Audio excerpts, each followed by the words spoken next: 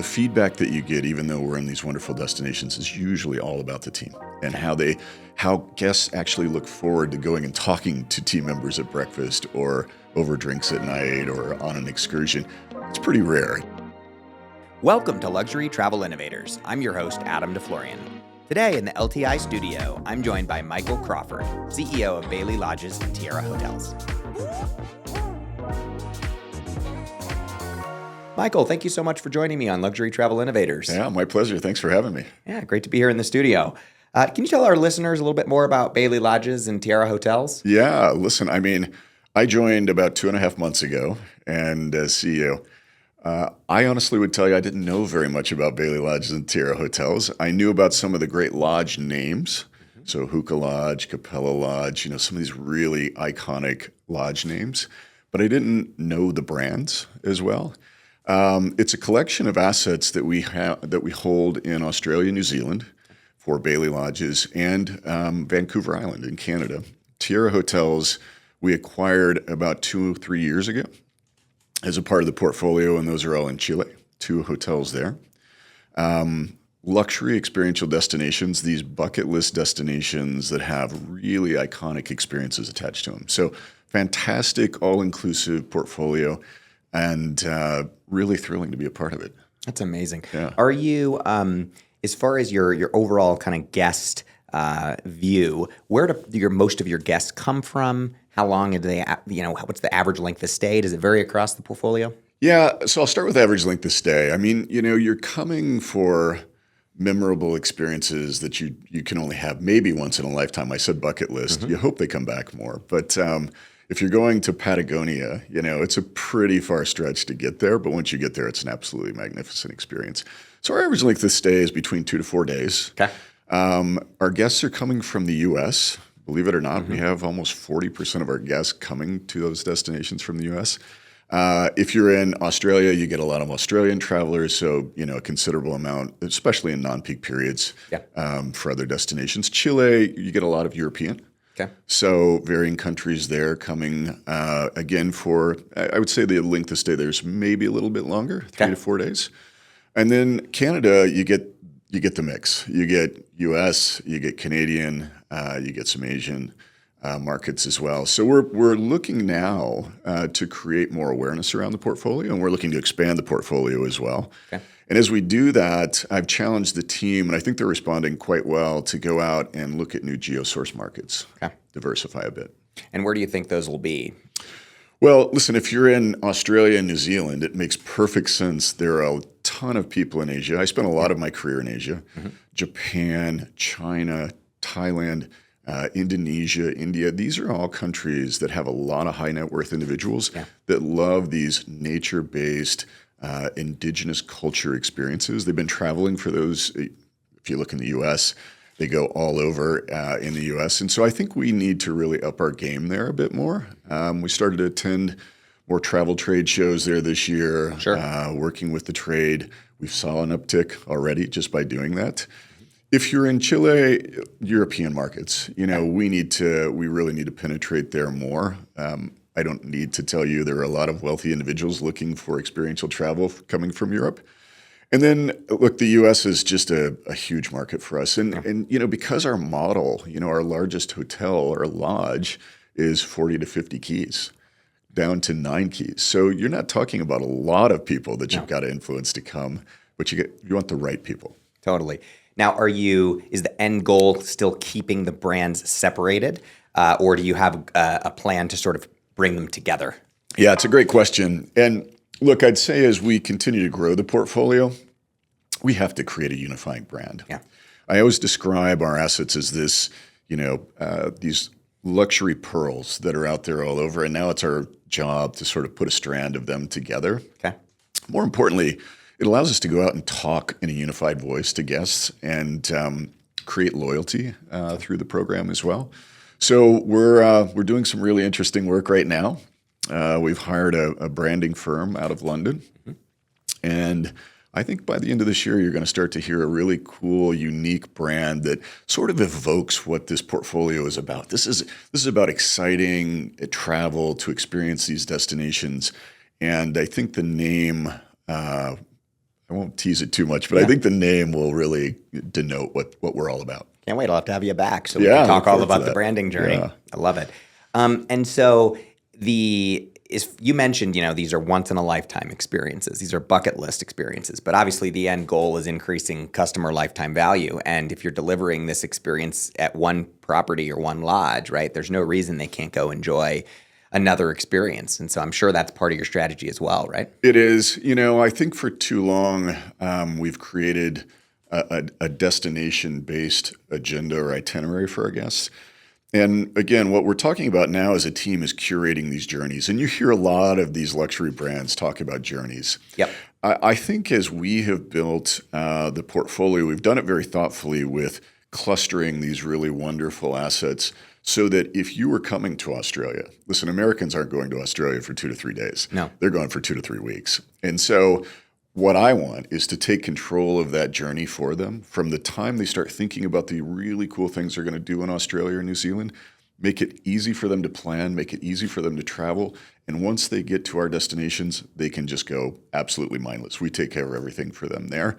So it's more journey curation, and we're even going to start shifting our marketing and our sales tactics to speak to that as well versus, hey, just come down and go to one lodge. We know they're doing multiple things. So we want to take, as I said, take more control of that for them. Makes sense. Yeah, I had Chris Allison, the VP of Australia Tourism on the podcast recently. And he told me that exact same statistic, that even from North America, the average length of stay in Australia is 3 weeks. And I was really surprised to hear that, considering in this country, not many people have that kind of time off and or take that kind of time off. Yeah. He said the average length of stay in Australia in general is over 8 weeks, which was really, I thought, a very fascinating statistic.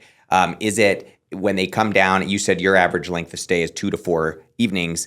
Are they then tacking on other experiences when they're, down there, or what are they doing? Yeah, look, I think when you come to Australia, you're starting in Sydney or Melbourne, right? There's so many wonderful things to do in those iconic cities. These are places that are known all over the world. So you're probably spending at least 3 or 4 days in each of those cities. Okay. Then you're going on the adventures. You're going to Kangaroo Island, where we have Southern Ocean Lodge. You're going down to the winery, where we have the Louise. You're going to Uluru, where Ayers Rock. So you're doing all of those things, and you're sort of inner country hopping from destination to destination. And then basically you end up back where you started, right? You're going to the Great Barrier Reef, where we have Silky Oak. And you're going to spend 3 or 4 days diving on the reef, going through the Daintree rainforest, and you're going to have these incredible experiences. And then you're going back to Sydney. And you're going to spend another couple nights there, decompressing, having great meals, going to the opera house, whatever it is you're going to do, and then you're flying back. Yeah. So that's how when I talk about, journey curation, I mean, we want to partner with, luxury hotels in those cities as well. Right. And then make sure that we are top of mind, because I think we offer things that no other luxury hospitality destination-based assets offer. That's fantastic. Yeah. Is airlift a limitation, or is airlift plentiful? No, it's plentiful. And budget airlift is there. Our guests aren't as worried about that, but it is very plentiful. And they've done a really nice job in all the countries we're in, frankly, in Canada as well. I know there's the Air Canada strike going on. I'm not sure if that's been finished yet or not, but airlift has been really easy for our guests. And so what I like to do for them more, though, is to think about logistically, where should you go first, so that you're not go here and then back and then here and then back. Make it pretty seamless for them. And I think we're doing a better job of that, but I think we can take that to another level as well. Got it. Yeah, because you don't want to be backtracking all the time. Exactly. And creating a ton of extra travel in between. You touched on it a little bit, but I'd love to hear more about sort of the core values of Baillie Lodges and Tierra Hotels, like be sustainability, obviously exploration. What are the core values of the brands? Well, I'll start with making sure that we have a team that is absolutely the best. We hire passionate people who love being in these destinations, but also really love creating these memorable experiences. And so, I've been so proud of the feedback that you get, even though we're in these wonderful destinations, is usually all about the team and how guests actually look forward to going and talking to team members at breakfast or over drinks at night or on an excursion. It's pretty rare. I was president of Four Seasons for many years, And we had absolutely fantastic service. I'm not sure I got comments where a guest would say, I really looked forward to talking to Sophie in the morning during breakfast, right? So it starts there with a great team and a great culture of empowerment and inclusive communication. It's really about one-of-a-kind, memorable experiences. And so once the guest gets to our destination, we really spend a lot of time, and we can because we have much smaller room counts. And so we can personalize these experiences any way the guest wants to personalize them. All inclusive, sort of take the carefree approach. You read a lot today about the travel anxiety, even with ultra high net worth individuals. You don't have to worry about it. We've planned meals. We can curate them differently if you like. We've planned excursions. We can curate them more personally if you like. But it's always memorable. It's touch points that allow the guest to experience the indigenous culture, the geographic location in ways that they couldn't do on their own. And, at the end, I would say it's making sure that those guests leave in a way that they have heartfelt memories that will last for generations. I want, parents to be telling their grandkids about the trip they took to Patagonia. Yeah, 100%. Like we look at AZDS, it's always about the full guest life cycle. Too many people are focused on customer acquisition, right? At the beginning of the circle where we look at it and we call it consideration. Yeah. And then they forget about all the way to reminiscing, which is, to your point, such a critical part of actual customer lifetime value, but also a great opportunity to make them, increase loyalty to the brand.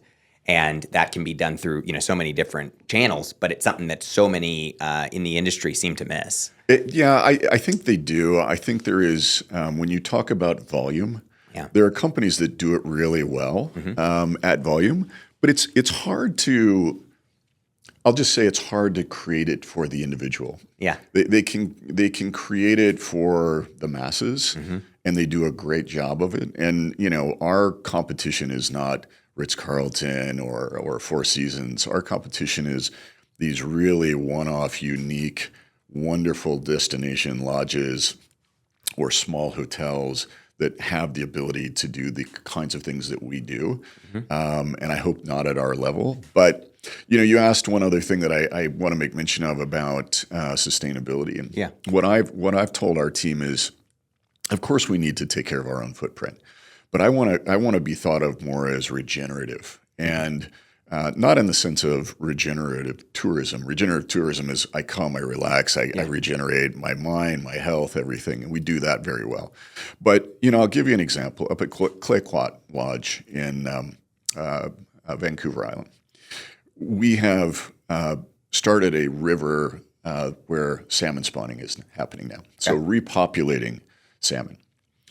We have we sort of reclaim wood that has fallen and is sort of killing the underbrush in the woods and the hills. So we take that wood, we use it for any number of things at the property.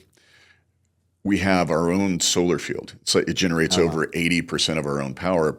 We actually add back to the grid as well. But here's something that's really cool. And I was talking to our general manager, Sarah Cruz, there not too long ago, and she said, Mike, now that our diesel generators don't have to run very much anymore, we're actually seeing the bird population come back. Oh, wow. So we're trying to take a very regenerative approach to where we live, not just giving back, but helping grow the cultures, the geographic footprint, and I'm very proud of the team for that. I love that. I mean, I think, it's so critical, especially when you're operating in destinations like you are, right? I mean, it's core to what you do. Yeah. You mentioned a little bit about Four Seasons, and you're the president of Four Seasons. Can you talk to us a little bit about your background and what brought you here?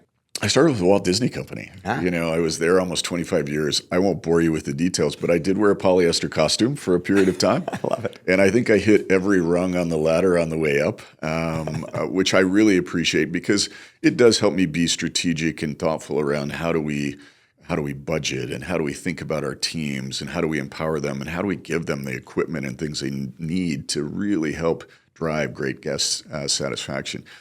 I spent 25 years with them. I ended my career with them as I negotiated the Shanghai Disney Resort deal with the Beijing and Shanghai governments.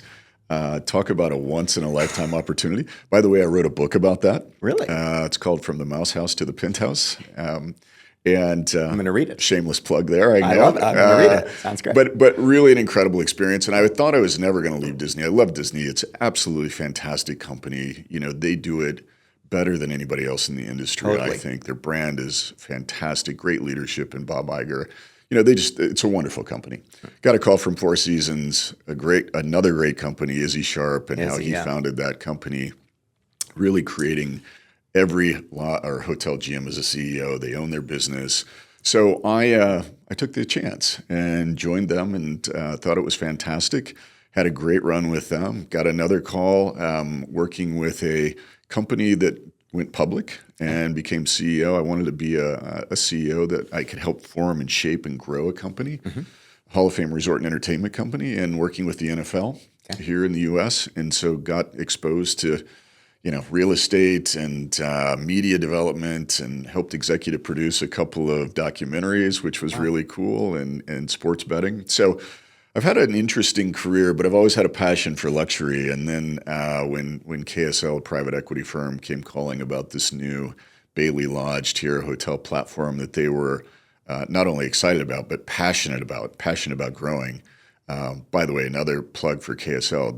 This is a private equity firm that does it really well in this space. I mean, they have a great filter for what can be and where the consumers' minds are, and they invest. And so, one of the things I wanted to do was touch people's lives with these types of really unique experiences. And so, as I said, I've been on for 2.5 months, and we've been doing just that. It's been great. I love it. Yeah. I think when I had Greg Keneally, the CEO of Peregrine at KSL, obviously on the podcast, he had mentioned, I think you were just beginning. You were just getting kicked off. So that's fantastic. And it's your background is quite unique because you've worked for, in my mind at least, I mean, Izzy Sharp has a great book too. He does. And I would say, and I've read that one, and I'll read yours. And then it's interesting because you've worked for two of the greatest hospitality companies, period. I mean, you can't argue it. Very fortunate. Look, and everyone always asks me to compare and contrast those two. And it's very different, right? Disney does this for the masses like no other company does, but they create an ecosystem. You talked about an ecosystem early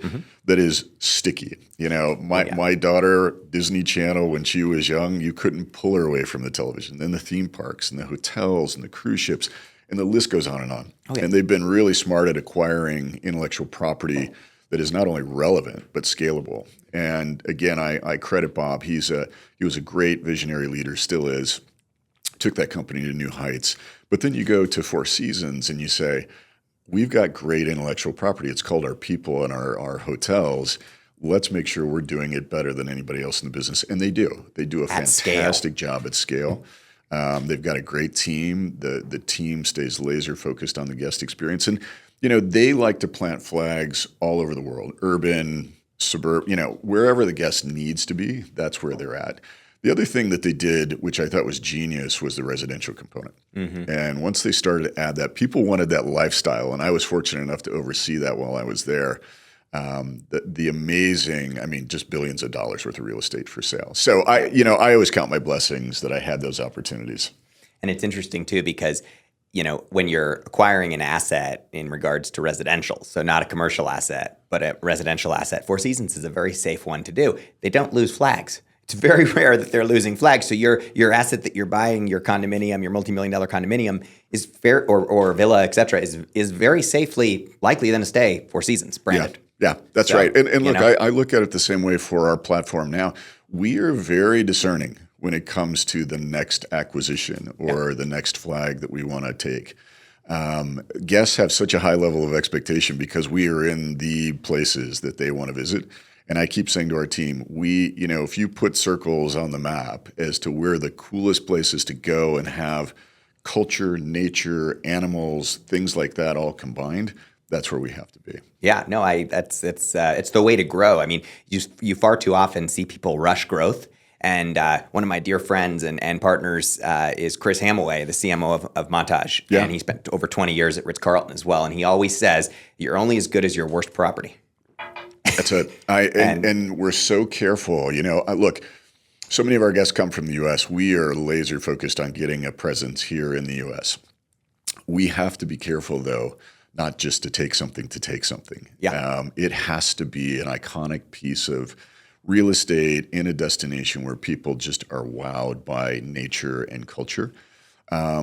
We've got a really robust pipeline right now. I'm really happy with where we're at. I'm hoping that as we launch this new brand, that we'll also be able to launch it with a new asset or two that we can talk about. Love it. But that also just helps us in the journey creation as well. Look, our guests tell us, we love you guys. It's unbelievable what you do. Can you be in more places that we want to go? And so that's our responsibility to grow. So let me ask you this. So you mentioned that everybody wants to have breakfast with the same staff member, right? They know them and they're friends with them, whether it's Emma, it's whoever, right? Yeah.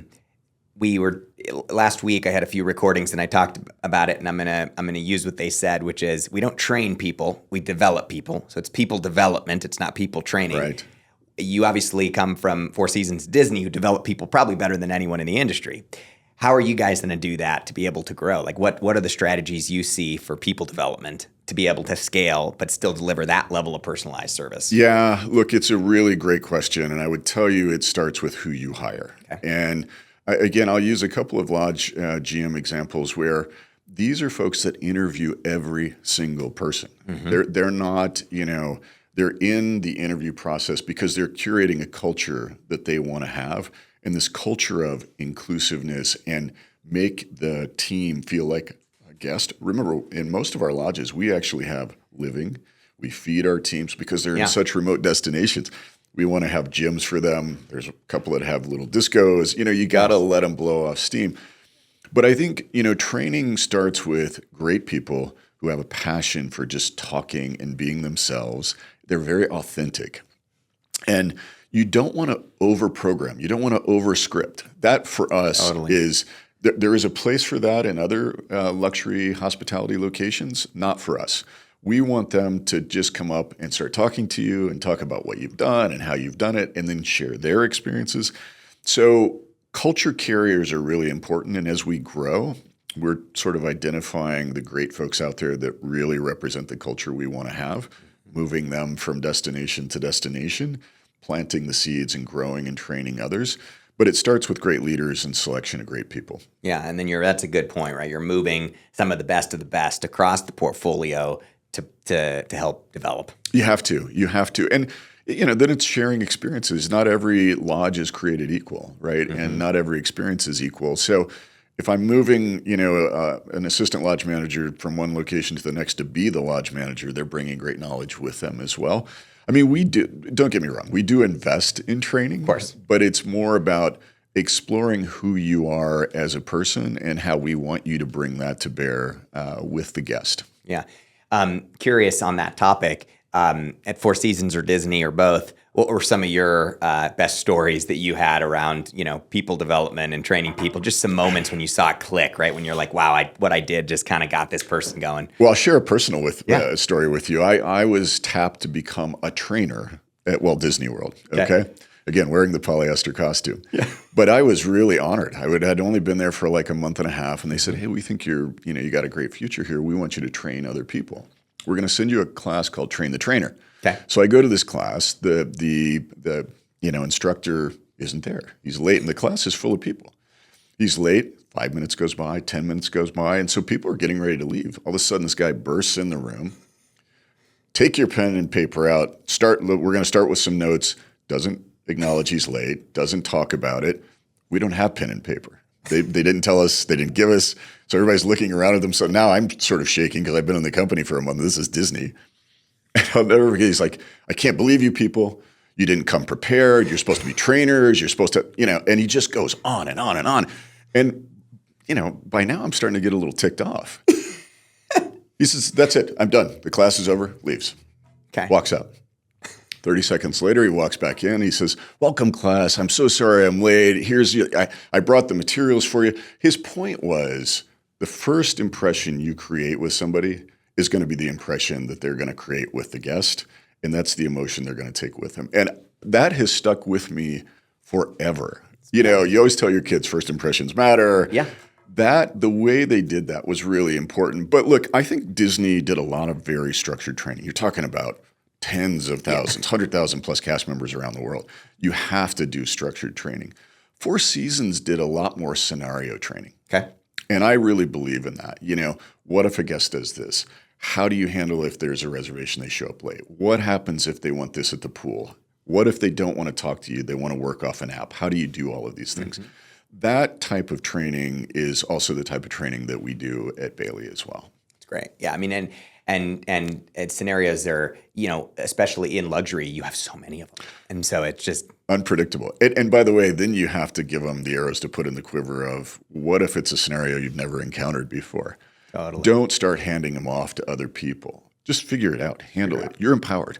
Yeah. And if you make a mistake, you make a mistake. It's ownership and accountability. So now I'd love to just touch on experiential travel. I feel like you guys probably, as we've talked about during this recording, right? It's at your core. It's the heart of it.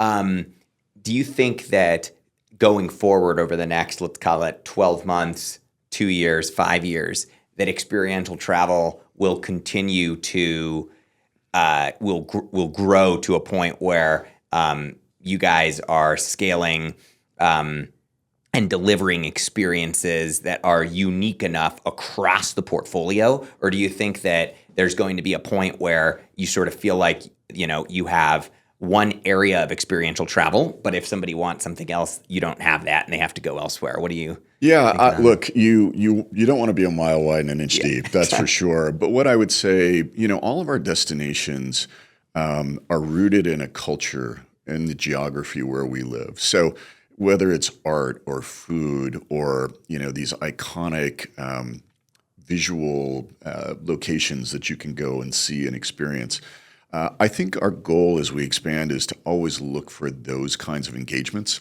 Okay. By the way, experiences aren't necessarily just, I got to go do something. We want to create food experiences. Right. We want to create, of course, spa experiences to decompress, and we do those things today. I think we can do them at a different level, again, with a smaller footprint and a smaller number of guests. I don't worry as much about will we run out of things to do. Okay. What I worry about is how do we do them in a different way from everybody else that's already going to these locations? Yeah. And I'll give you an example. The Great Barrier Reef. I was there not too long ago. And we don't have today, we don't have today our own way to deliver guests out to the reef. So we hire that out to other boat operators. And there are some that are very small and, cater to luxury experiences. I would much rather make that more rare and remarkable. That's what we're terming our experiences for our guests, where I could have my own boat, take them to a place no one else is going to, because remember, these other boats are going to the same place that thousands of other guests are going to. It's like putting, and some of the brands that have done this, putting the luxury brand at the top of a Royal Caribbean cruise ship. Yep. You're still getting on with thousands of people. You're still getting off with thousands of people. Yes, you have your own area, but it's not a rare and remarkable experience. What I think we're going to strive to do, and we are already doing it at many locations, is find ways of delivery that are rare to us and to our guests and exclusive to us.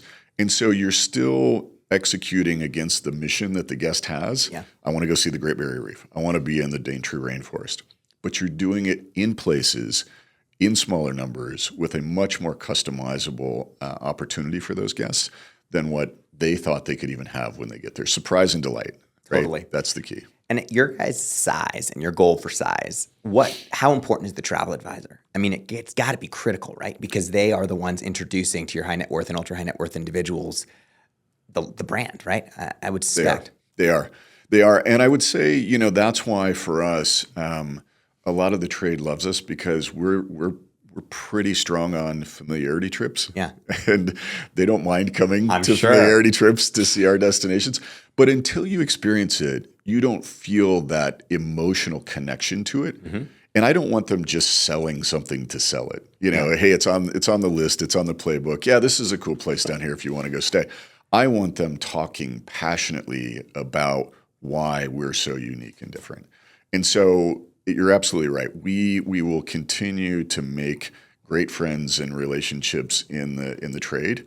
I think we have to be selective around who and which entities, because look, not all are created equal, and some have an ability to level up on the luxury side and the experience side, because if they're booking through them, that means they're not booking through us. And I'd like to have a balance to that, because when I can control the complete guest journey, I can make sure that it's exactly the way we want it to be. But we're working with others to help do that as well. So it's an education, but it's a passion we have. What percentage of your business today, of your overall business, is advisor booked business versus direct booked business? Well, it depends on the asset. Okay. It depends on the location.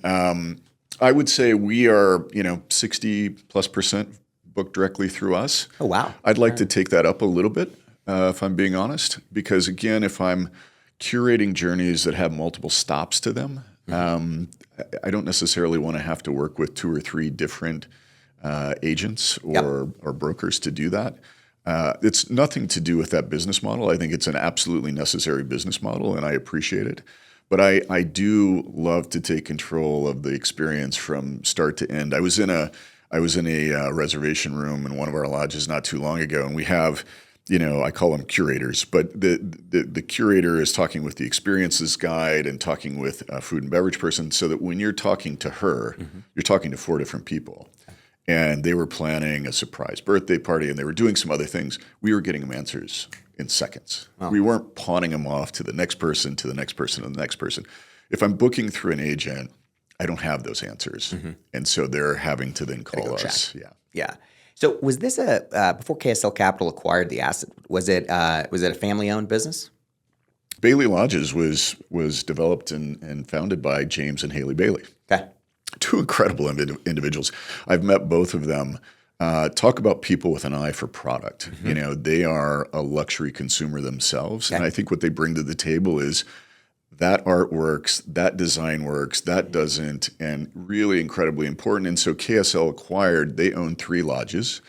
They acquired those lodges, and very, very smartly, they kept them engaged. Of course, yeah. And I'm keeping them engaged, because we're doing some things where I just spoke with James not too long ago, and I said, look, I'd really like you to stay a part of this, and I'd like you to stay a part of the design review. And thankfully, he's agreed to do that.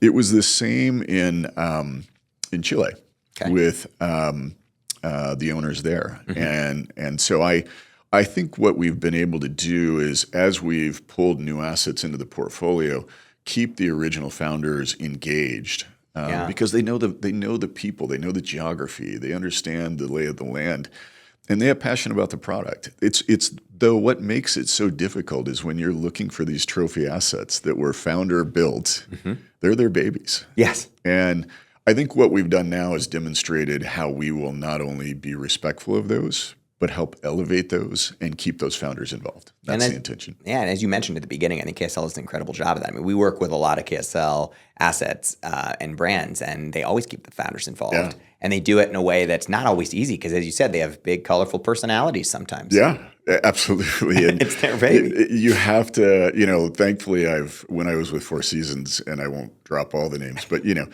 folks like Ty Warner and Michael Dell and, Larry Ellison, you learn that they have great passion around these things. And they have it not just because they want to be proud of it. They have it because they want to do something nobody else is doing. Totally. That's exactly what we do. Totally. It's amazing. Yeah. And I think that now the rest of the pipeline that you're talking about, the expansion, it won't be management agreements, right? It's going to be owned assets, or are you guys considering that? No, typically, I think, look, if we were approached by a really high quality group that had some assets in places where we wanted to be, but they said to us, we're not ready to sell, but we'd love to come in and be part of your portfolio. And at the point in time we are ready, you're in the pole position to take it. We'd probably consider something like that. But I think our goal is, organic growth where we own the assets, own and operate. And as I said, keep the founders involved to a degree. But our pipeline mostly considers us acquiring new things. Okay.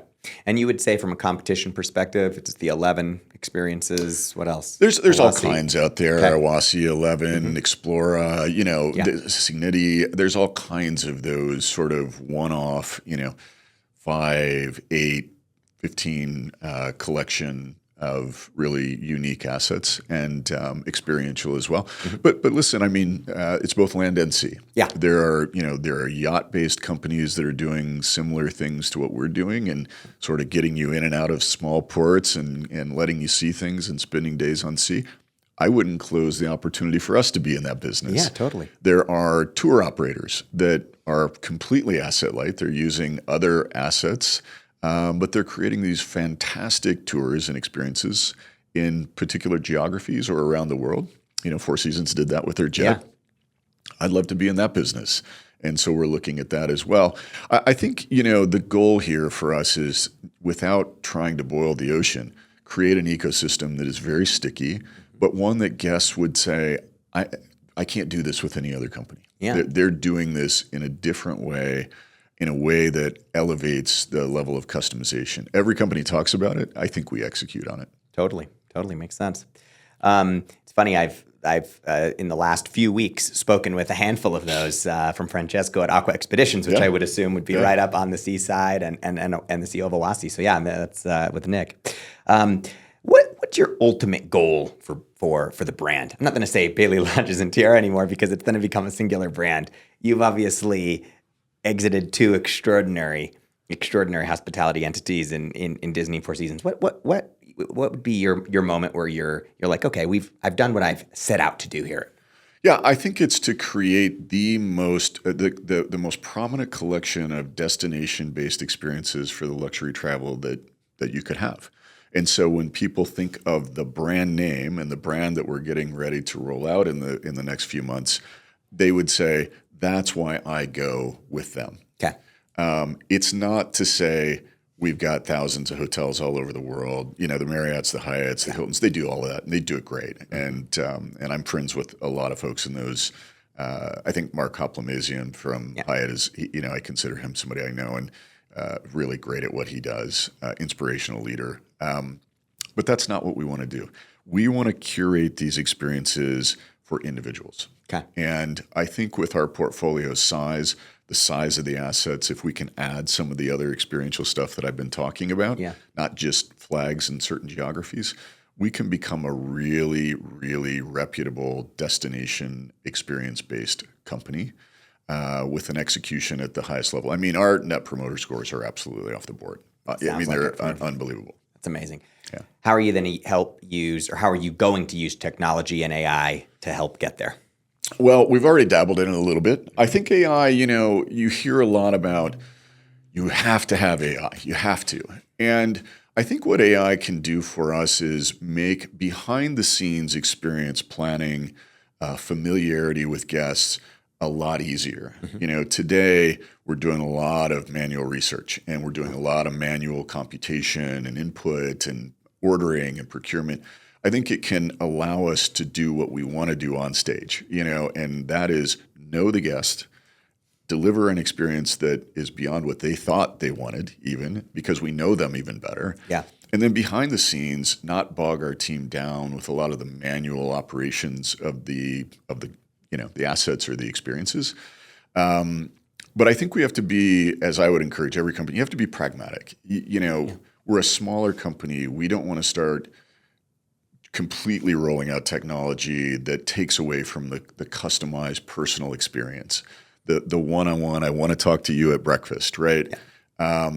There's a lot of companies much bigger that have an opportunity to leverage AI that way. Mm-hmm. I don't want to do that. I want to leverage it very smartly and in a way that complements what we do and enables us to do it at an even higher level. So we've begun, and we've started to do that. We're gonna. Interestingly enough, we're gonna hire in a new technology officer that really can help inform us and map out the right strategy for us as a company. I love it. Yeah, someone on my leadership team last night actually shared with me an article that I thought was really applicable to what you just mentioned. Even in the last 2 weeks, right, there's been a shift. Everything from Sam Altman at OpenAI saying there's a bubble. Yeah. It's an AI bubble, right? To all of the individuals saying that, with the release of GPT-5 and the changes, right, there's been sort of this like, whoa, it's not quite there yet. Yeah. And what's I think really interesting and what this article said, right, was if we go back to when mobile was released, when Steve Jobs introduced the iPhone, and everybody said, every business leader we got to be there. We got to be in mobile, right? Figure it out fast, right? And people just started throwing money at mobile. And then you had companies like Uber that didn't exist before that were complete disruption.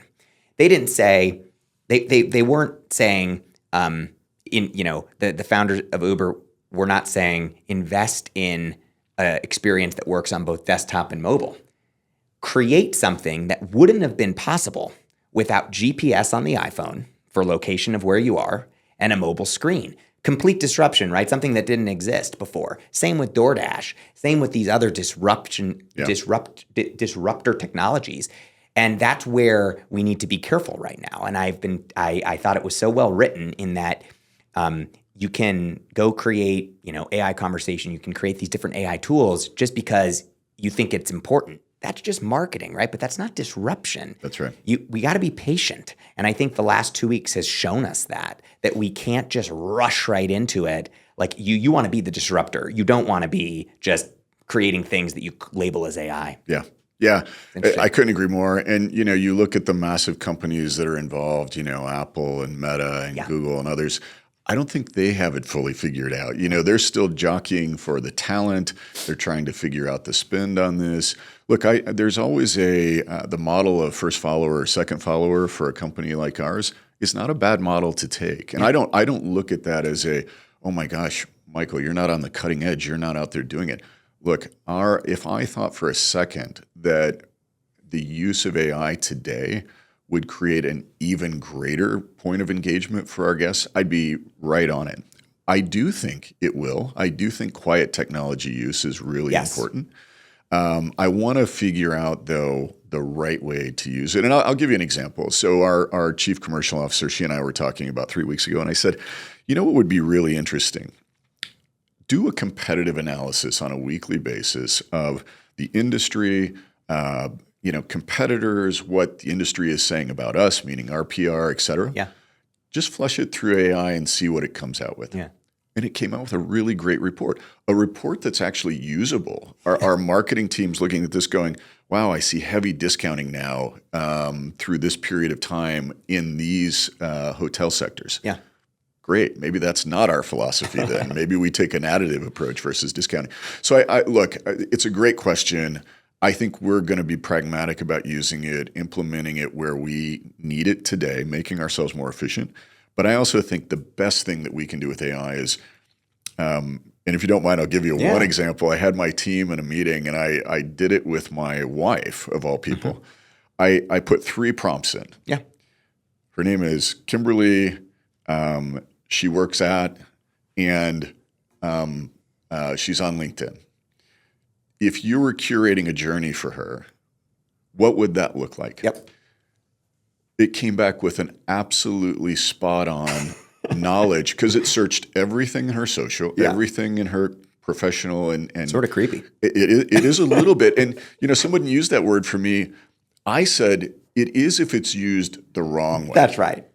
But, all of our GMs write handwritten notes. And I said, now create a handwritten note welcoming her.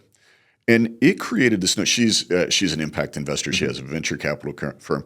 It created this note that talked about, Kim, we know we're so honored you're here. We have such a commitment to regenerative travel. We'd love to take, some time to show you some of the things that we're doing. By the way, we also know you're a foodie. We've asked a chef to come and talk to you a little bit. You delivered that note to a guest. Mind blowing. You've got them forever. Forever. Nobody's doing, everybody's doing the generic, thank you for visiting our hotel. And welcome we're so home. glad to see you. Welcome home. You do that. And for us, you're welcoming 18 guests at the Capella Lodge. Yeah. You can personalize to a level where they say, you've got me forever. 100%. That's a huge competitive advantage you have. Yeah. 100%. Well, Mike, thank you so much for joining me on Luxury Travel Innovators. My pleasure. You guys are doing such a great job. I was thrilled to get the invitation. Oh, thank you very much. Well, I appreciate that. So I always end with the 3 rapid fire questions. Okay. And I'm very. Let me take a drink just to make sure I can. Yeah, to hear your answers on this. So, what personal travel are you most excited about next? I would say I'm taking a trip with my daughter and my wife, my daughter's boyfriend. Okay. Oh, to Patagonia. Okay. They are big hikers. These kids are like ultra marathon runners. Yeah. And so I'm excited to see, just as I was the first time I took her to Disney, through her eyes, these magical experiences and destinations. I'm really looking forward to that. First trip with her boyfriend? Yeah. I'm not looking forward to that with my daughter. I don't know. I'm scared. You'll have to tell me how it goes. There are moments that are scary, that's for sure. What do you miss about the glamorous days of travel? So this show is all about innovation and forward looking. I like to step back for a minute. I actually do miss the level of formality. You know, when I first started traveling, and I'm probably not the guy that everybody wants to hear that from, because we don't have formality in what we do. It's this relaxed luxury. But I do miss the engagement at the door with a very the feel of luxury. And there was I go to the Georges V in Paris, and you just feel that you're in a really luxurious environment. There is that white glove, there is the Michelin stars, there is all of that. I think there is a place for that still today. And you're seeing some of that. You know, Belmont's coming out with their train experiences that are ultra high luxury and sort of a rollback to the days of high-end travel. So I miss that. I think there's a place for it. It's not what we do. It's not what we want our guests to experience. We have a great luxurious environment for you to be in, but it's more relaxed. Yeah. But I miss the level of formality. I agree. I miss when people used to dress properly on planes, you know? I miss, going to a high-end hotel on the Champs-Elysees, and I'm walking in and there's people in shorts and flip-flops. Yeah. And or I go to an incredible Broadway show, and there's just I know I'm old school, so people don't have to make fun of me. But I appreciated that sense of I'm preparing and getting ready for a really wonderful experience. Yeah, end of last year, I took my son on a very short business trip with me. He's 5 years old, and he comes on the plane, and he wanted to match me, so he had his sport coat on, button-up shirt and pants, and he's walking down, and I'm on a business trip. He loved it. It was great. Yeah, it's great. So, and then last, it's forward innovation. So what innovation in travel doesn't exist today that you think is missing? And it doesn't have to be technology. I always say this example because I think Jan Arnold from Roquefort Hotel said it really well. The luggage racks are too small for international travelers in rooms. Can you have bigger luggage racks? What's an innovation that's missing? Yeah, it's a really great question. I do think that I guess my answer will probably be a little more technology based, but it's a way in which a guest can integrate all of their experience to make it more seamless for them. We've gotten better internationally going in and out of markets where facial recognition and, that used to be such a pain, by the way, waiting in hours of lines for a stamp. The stamps and the passports are great, but I'd rather just seamlessly get through. Yeah. I do think there is still a disaggregated approach that is out there that guests have to take to plan. And it's getting better. You can go on websites and, hey, I suggest this activity. Hey, I suggest this restaurant. It is still days of planning. Yeah. Right. And I do think there is a way in which, and I'm passionate about this for our company, and I think we do it. People want to decompress, and travel creates anxiety. Yes. And if you can have a more curated, from the time I think about it to that somebody picks me up at my location, my home, my hotel, whatever, gets me to the airport, already has my information, I get through, my bags are already checked. Disney is calling it Magical Express. They pick your bags up at home. You don't even have to think about. The more we can do that for folks, that's why people go on those completely curated tours. Yeah, absolutely. They take care of it all. Take care of it all. Yeah. I don't have to worry about anything. And I think just doing that, and I think companies, even the 3-star, 4-star experiences, I think they're going to get there as well. I think they have to.